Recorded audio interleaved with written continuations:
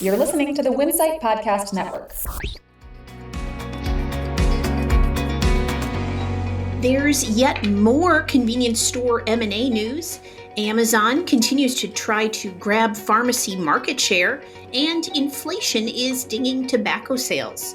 Welcome to Retail Daily, your quick look at the top headlines from CSP Daily News and Winsight Grocery Business. I'm Heather Lally, Editor-in-Chief of WGB. And I'm Steve Holtz, Editor-in-Chief of CSP. In the latest C-store merger and acquisitions shakeup, the MAPCO Express chain was scooped up this week by two major industry acquirers. Georgia-based Majors Management has agreed to acquire MAPCO Express contingent on a separate transaction in which a third party will acquire some of the Tennessee retailer's fuel and convenience retail sites. That third party is Canada's Alimentation Couche-Tard, or Circle K, which has agreed to acquire 112 of MAPCO's 304 locations. MAPCO is a subsidiary of Chilean energy and retail company Copec. Amazon's move into the pharmacy business is, quote, off to a good start, CEO Andy Jassy said on Thursday, indicating that the company will continue its efforts to gain market share. That could be a big challenge to supermarkets and drugstores, which capture more than 4 out of every 5 shoppers in the space. Amazon made some major changes in its approach to pharmacy in 2022, purchasing primary care provider One Medical for $3.9 billion in July and shuttering its telehealth service, Amazon Care, in December. Inflation is taking a toll on tobacco sales, according to Altria Group CEO Billy Gifford. In a third quarter earnings call Thursday, the company reported cigarettes were down 11.4% in the first quarter of 2023 compared to the same quarter in 2022. The drop coincides with the prices of a pack of Marlboro growing 6.8% in the first quarter compared to a year ago. Packaged beverage sales trends in C-stores remained healthy and modestly improved in the first quarter. That's according to Goldman Sachs' latest Beverage Bites survey. Convenience retailers were slightly more cautious in their outlook as they now expect beverage sales to increase 4.6% this year versus almost 6% previously. Retailers remain very positive about the growth trajectory for the energy drink category.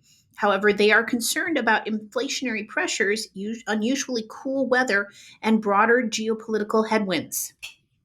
Walmart, the country's largest private employer, on Friday announced the launch of Manager Academy, a week-long training program focused on instilling the retail giant's culture and values. This year, more than 2,000 Walmart store managers are expected to participate in the program, which takes place at the company's headquarters in Bentonville, Arkansas. After the training session, managers will take part in a 6-month mentoring program with managers who have previously completed the academy. More than 600 store managers have finished the training program since the pilot launched last year.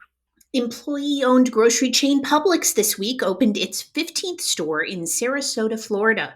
The 48,000 square foot grocery store, which officially opened on Thursday, is located at the Shops at Palmer Ranch and features an adjacent liquor store. The Lakeland, Florida-based grocery retailer now operates 846 stores in the state. Weis Markets has hoisted its capital expenditures budget to more than $160 million for 2023. At the Mid-Atlantic Grocers annual shareholders meeting yesterday, Chairman and CEO Jonathan Weis said projects include 20 remodels, 6 fuel centers, 1 store expansion, and 1 new store. He added that another 5 new stores are in active planning stages.